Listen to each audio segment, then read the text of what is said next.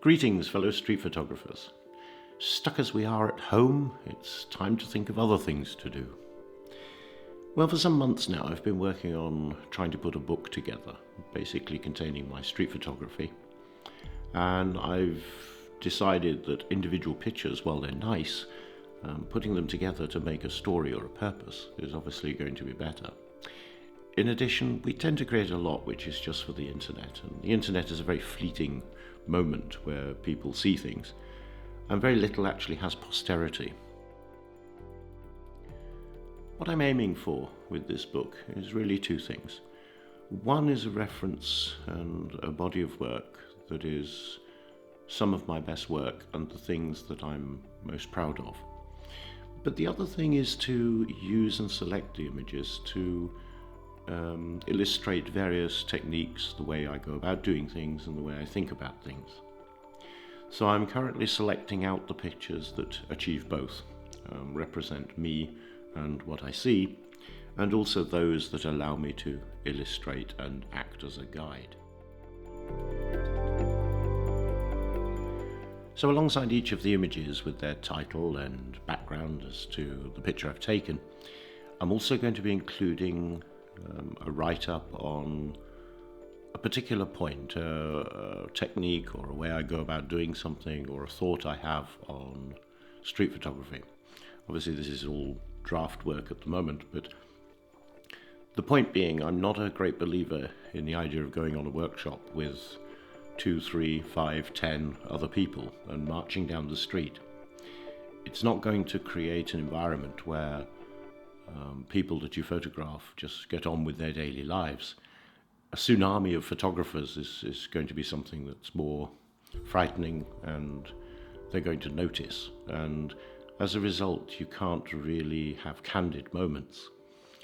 The thought I had was that if I share my thinking and my approaches, then people can take that and pick various ones that are interesting to them, and then go off and practice those and decide which ones they want to keep and which ones they want to change. This is the back cover of the book as I'm planning it at the moment. I'm going to be printing it through a company found in the UK that I was made aware of by iCha. If you don't know iCha, he has a channel which is a bit of street photography and other work that he does with videography. He's a professional dealing with multimedia in a whole range of things. He's also produced 2 zines, and he's now got a third that's coming up. The link for that video and other work of his you can find in the description below. So thanks to him for that, because finding a good place to print the stuff is obviously important. And the nice thing about that company is that they have an online quoting system which allows you to swap the types of paper, covers, and you get a good quote with price and delivery dates as well. So it's worth checking them out.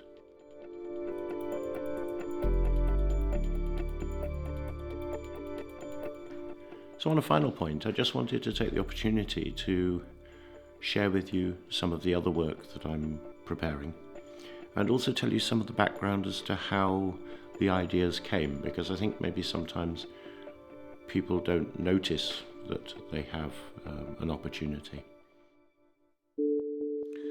Really, it fits into one of 3 situations. Either it's just a circumstance, or it's an opportunity, or alternatively, it's the pictures that I have already.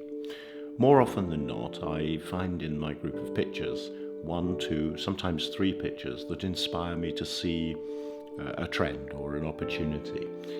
And I think that's the most valuable. I see in the pictures there is a similarity. And it's just happened to me recently. In a video, about 2 videos back, there was an entrance to a shop which had a lot of lines reflected in mirrors in the entrance, and there was another photograph I took, which is also in this video, at the end of the pictures, which is in square format, which is another entrance to a property in Munich, also with various lines. And I see there a pattern and an opportunity which I hadn't seen before until I was doing that video. The others here are working titles at the moment, but they're just things that I'm starting to take pictures that include in that group.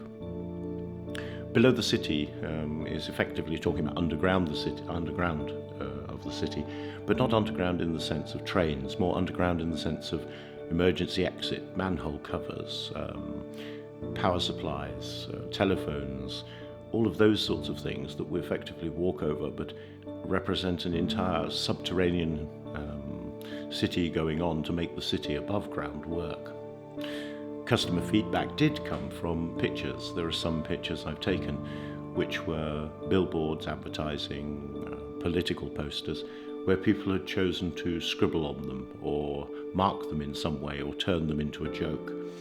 Effectively, an analog version of social media. Transitions in milk is an opportunity one. I live over the road from a farm, and the family has operated this farm for many generations and have recently built a new farm for the cattle up the road. The new one has a robot and automated system. The old one just over the road is much more antiquated and much more hard manual labour. I want to take the opportunity to document the transition from this more traditional dairy farm to a more automated and structured and modernised system. And finally, Bavarian places. I obviously get dragged off by Karen to go off for walks and places. And the thing about that is I like to go to places where I can do photography. Some of these places are rather rare, they're not common, they're not known about, and I'd like to put together not only aesthetic pictures on that, but also a write-up, not for tourists, but for photographers, so that if people are visiting Bavaria and want to have various opportunities for photography, then I think it would help, not only in terms of recording my work, but also in terms of helping other photographers see opportunities. So my recommendation is, at the moment with the lockdown, go through your own pictures, look at what patterns you've got, see if you can find just one or two pictures that work together and represent something that would start you off on a body of work. Once you have 2 or 3 of those and you've started your collections that way, then next time, when everything's finished and you can get out, grab your camera and go off, you'll be in a position to actually start to look for pictures that meet any of those and start to create your own bodies of work and complete them to then deliver them. Hope that helps. Till next time.